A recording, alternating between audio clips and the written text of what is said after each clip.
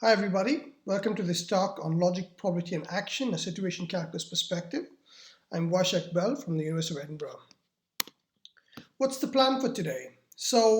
Briefly what I want to talk about is the problem of unifying logic and probability, which is a long-standing concern in artificial intelligence, but more generally also in the philosophy of science. Now, what I want to argue and make a case for is that while there have been many interesting proposals from a variety of different communities, a general purpose first order knowledge representation language to reason about knowledge, probability and dynamics, including continuous models, is somewhat in the lacking. We do have recent results on this, and that's precisely what I want to talk about today.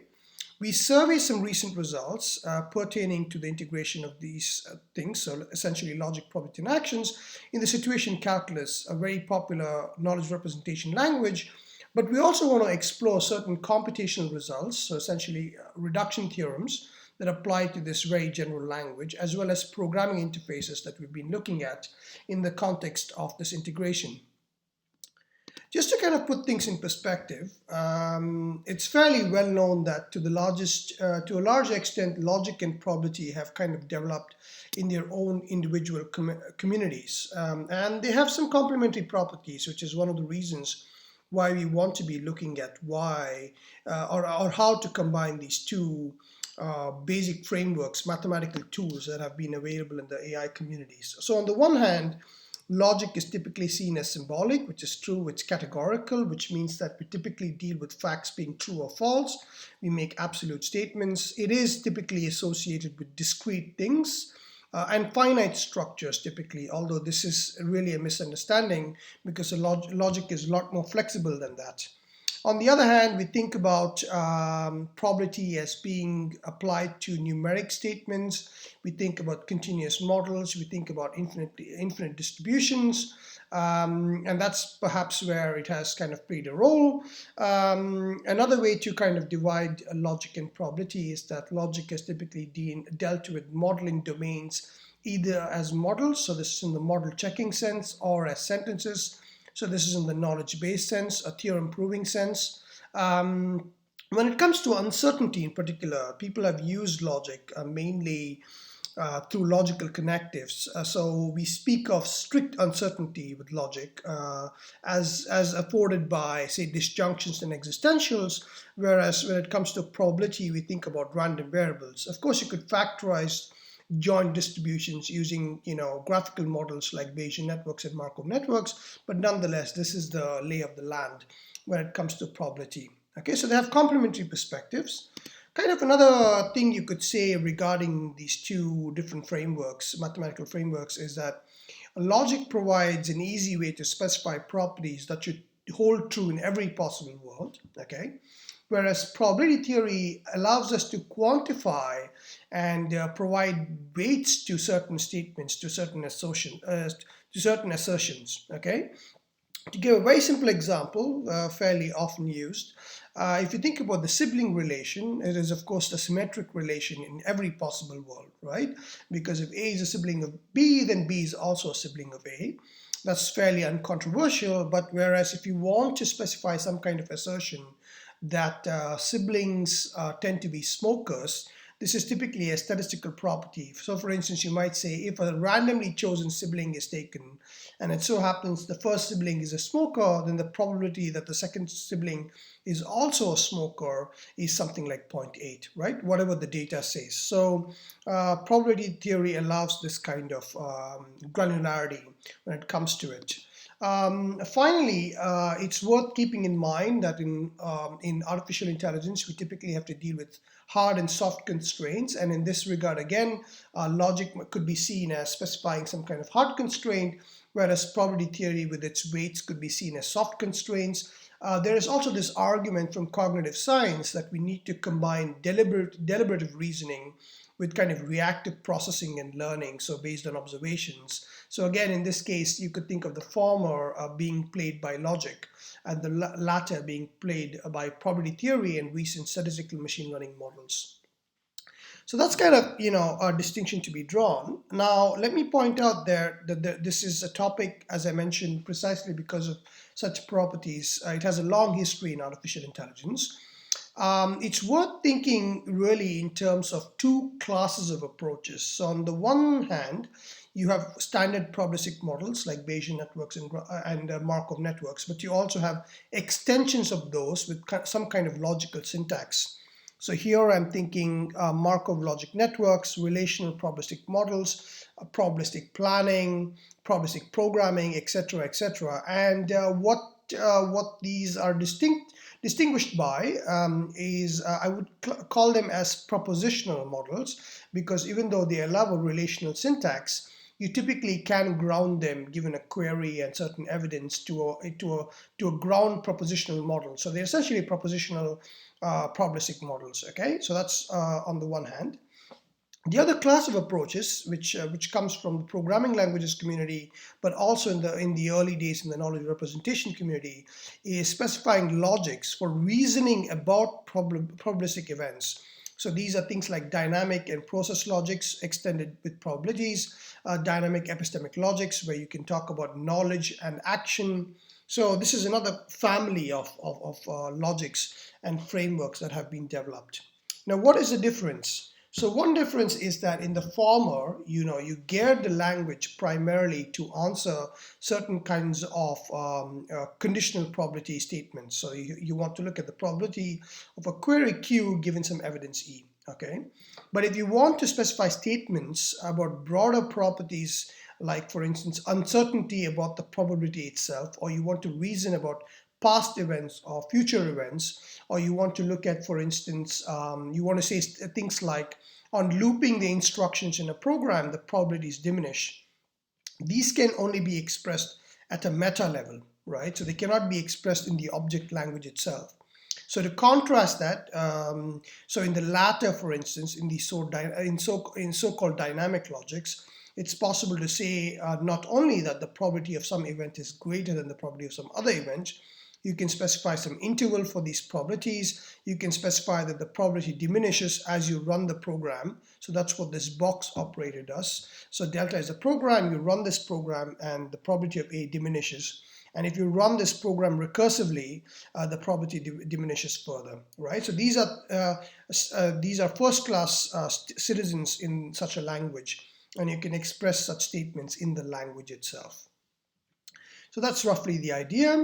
One kind of concrete motivation where this comes up is this paradigm of programming agents called as cognitive robotics, attributed to Ray Reiter and his collaborators. And what happens here is that you're trying to kind of design these robots, open-ended and general purpose robots, by mapping their beliefs to actions, right? And you want to ask some hard questions in the design process, like what should be known in advance versus what can the robot acquire as it operates in the world. So to make such kind of challenging advances, you need a more richer language to kind of connect the beliefs and the actions, and that's kind of what we have in mind here.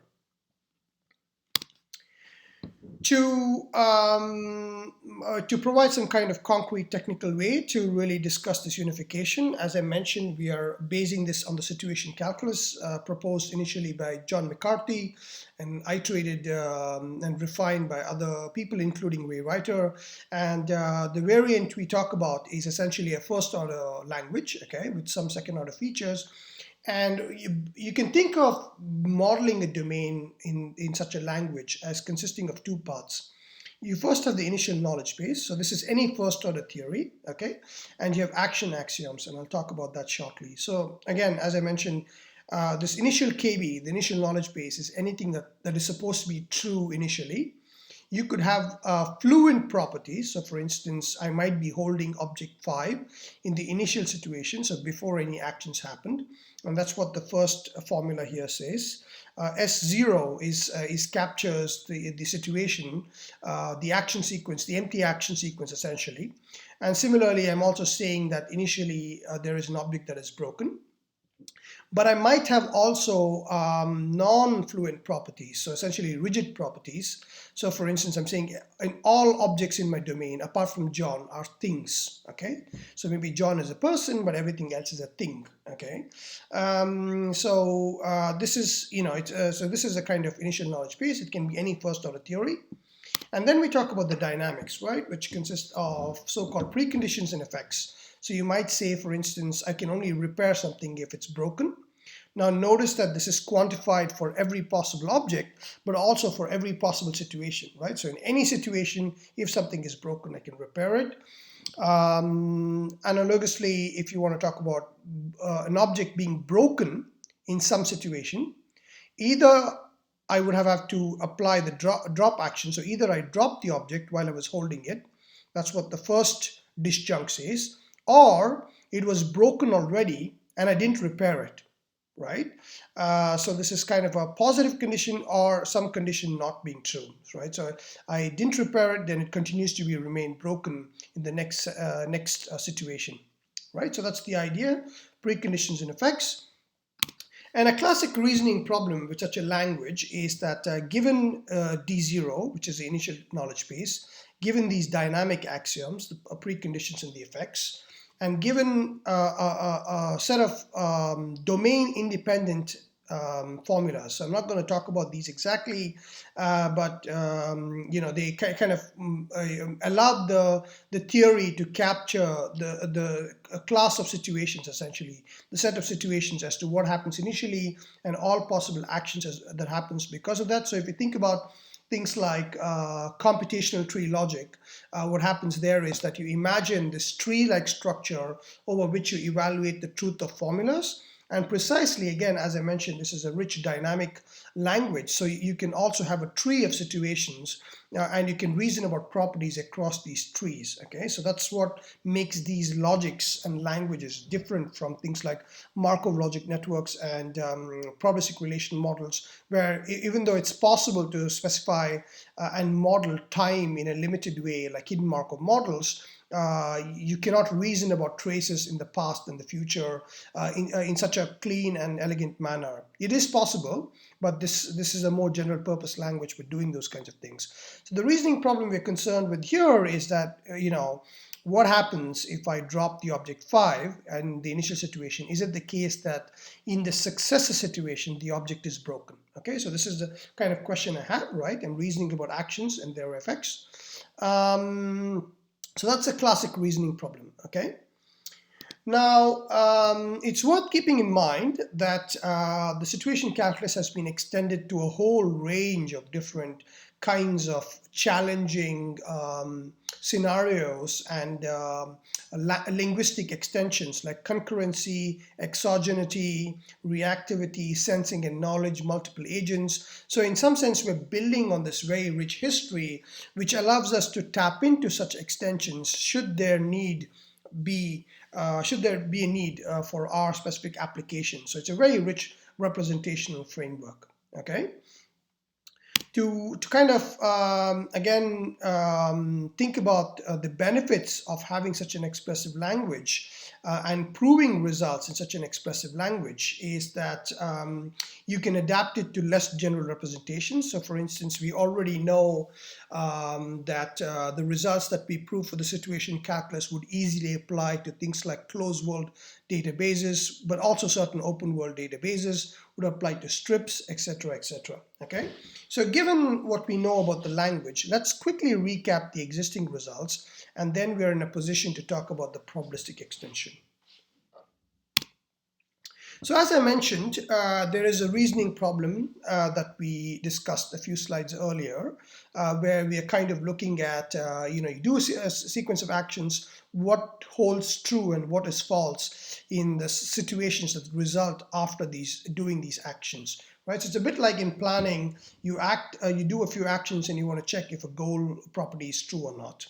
So the problem we are discussing here specifically is referred to as a projection problem. So given actions, what is true after doing these actions, okay? Now, it's interesting to note that when you look at this problem in the context of the situation calculus, there are two dimensions to this problem, okay? On the first dimension, there is the problem of reasoning about entailments of the initial theory. As I said, since it allows full first-order expressivity, you would need first-order theorem proving, but what we also know is that we can restrict the language in various ways. We can reduce it to database retrieval, propositional reasoning like satisfiability, etc., etc. But what happens because of the action? What happens when we include actions in the picture? As I mentioned, the situation calculus model theory constructs the tree of situations.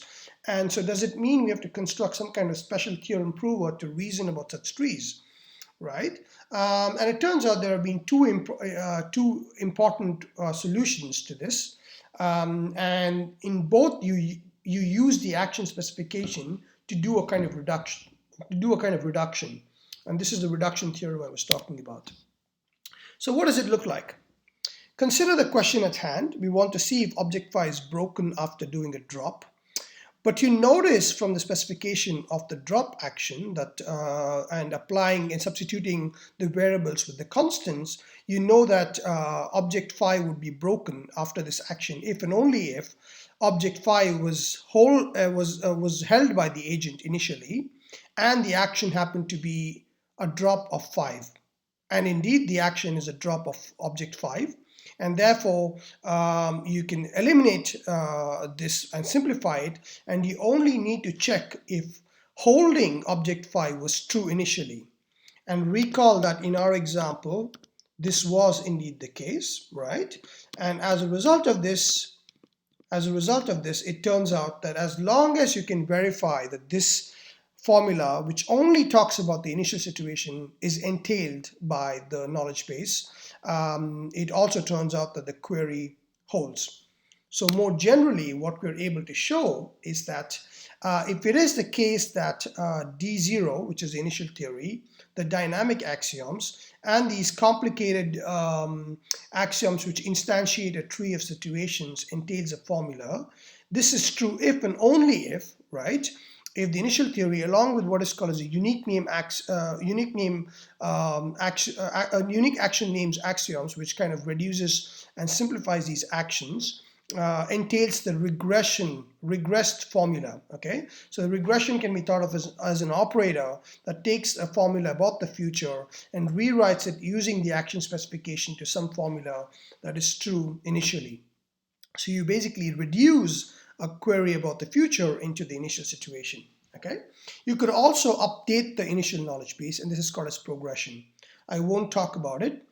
In the interest of time, I won't go into too much detail, but I do want to mention that you can also provide programs on top of this language. So for instance, planning can be thought of as a very simple program which says that while a formula is not true, choose any action, right? You could try all possible action sequences and eventually the phi would become true if it's feasible. Okay, but you might want to have a more complex program. So for instance, this one says, while there is something that's not on the table, you pick this object up, put it on the table and continue and recur. Okay, so you can recur and until all of the objects on the floor, let's say, are moved onto the table. You can sequence them, you can nest. So really this is a full-fledged programming language, and you specify, you look at termination using the initial theory and the dynamic axioms as usual. So you can specify a fairly complex programming language based on that. What does the probabilistic extension look like? Roughly, the idea is, rather than focusing simply on one initial situation, we focus on a range of them. We, of course, provide weights on them, so you essentially get a distribution. And what happens is that as you act and sense, the probabilities on the successors of these worlds change, okay? So very quickly, for instance, at the bottom level, I have a bunch of initial situations, and I do a sensing, and on sensing, I find that the value of f is indeed 1, okay? What's happening is that if it's exact sensing, or even if it's a noisy, even if it's inexact sensing, basically the worlds where f is equal to 1 get a higher value, whereas the worlds where f is not equal to 1 get a lower value. So if it's exact sensing, the worlds where f is not equal to 1 would get a 0 weight, but if it's noisy sensing, we cannot be sure, so the weights reduce, okay?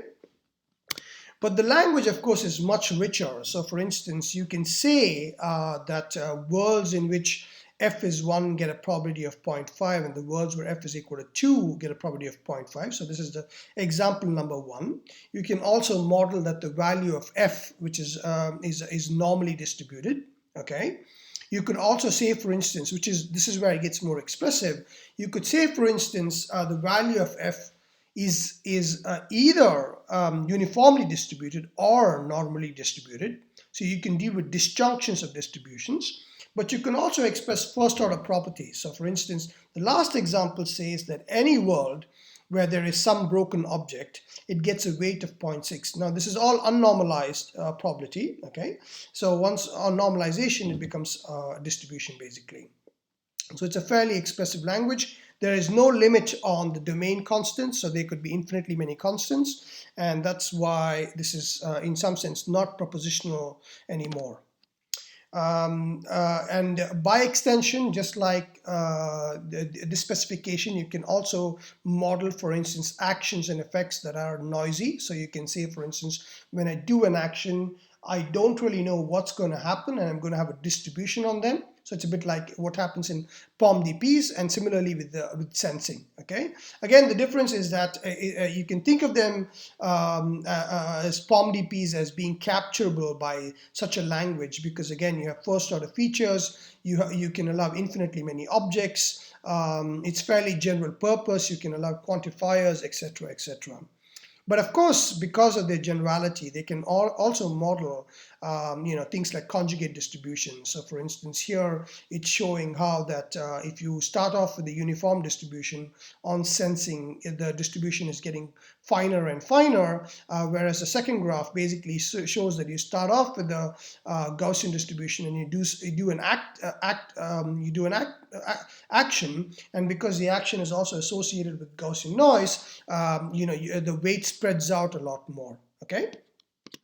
Basically, what we were able to prove in some prior work is that both regression and progression can be extended to such rich logics. Okay, how does this work? Let me give you a very quick example. So imagine now, for the sake of simplicity, the robot is moving towards the wall. There's a uniform distribution on the possible positions it could be in. And let's say, for instance, if it tries to do an action of moving by z units, okay, the new position, of course, would be the original position minus z, right, which is to be expected.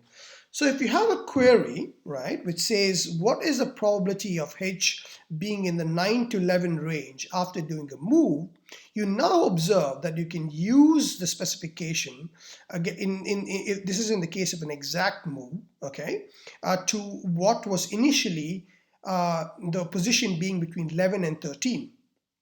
Right, you can see that. So it's almost like if it was 11 and 13 before, it would be 9 to 11 now. Right, so that's the range. But of course, as soon as you have noisy actions, the reduction is a lot more complicated and sophisticated, but we are able to show that it is possible, and you do get correctness preserving reductions. Okay. Like the programming language paradigm that I talked about before, this can also be extended in the probabilistic setting. And what you get is a kind of interesting probabilistic program. But the key difference is that whereas in the previous programming paradigm, all the conditions were formulas, now these can be belief level formulas. Okay, I don't have the time to go into these in super much detail, but it does lead to a very interesting new paradigm for programming robots, where you control the robot based on what it believes now, and you choose an action based on that. Okay, so think of this as a kind of a POM-DP policy, but expressed as a program in a first order setting. So it's fairly expressive, and it gets very interesting when you try to write programs in this language. We have also done some work to show that a fragment of such programs can be synthesized automatically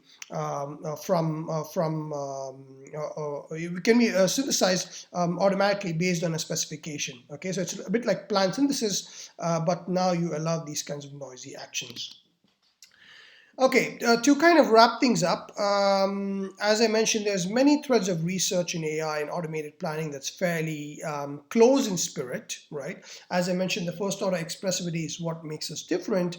Now, you can think of these proposals as constituting a kind of reasonable slash decidable fragment. Okay, our proposal is much richer, so you typically want to restrict the expressiveness when it comes to a specific application context. So you could resort to these more special purpose limited languages if the application demands so. And there's also like numerous approaches, these so-called hybrid approaches that integrate low-level processing, let's say coming from a neural network with as external predicates in a kind of high-level logical theory. Okay, there's also proposals of that sort. So where does our work really fit in this general picture? Now, what we have is a general representational framework with the full power of first-order logic, actions, programs, and probability theory. There are a number of benefits of such a general framework. Okay, so one question is, why make the choice of the language you're going to use beforehand? Depending on the application, you might want to choose the appropriate language, and proving results in a general framework allows us to do that. Okay, we can carefully understand the decidability and tractability boundary by exploring results in such a rich language. And moreover, from the point of view of clarity, we have a language where the low-level data and the high-level modeling can be reasoned about in the same framework. And this provides, some insight on how exactly the exchange and the interaction between these two things happen. And that's the advantage of having a more general purpose language. Putting things together, so we presented a general first order framework for reasoning about logic, probability, and actions with the reduction theorems and programming interfaces. The whole idea behind such a general language is also to gain insights on how to build general purpose open-ended robots and agents that map beliefs to actions. Thank you very much for listening.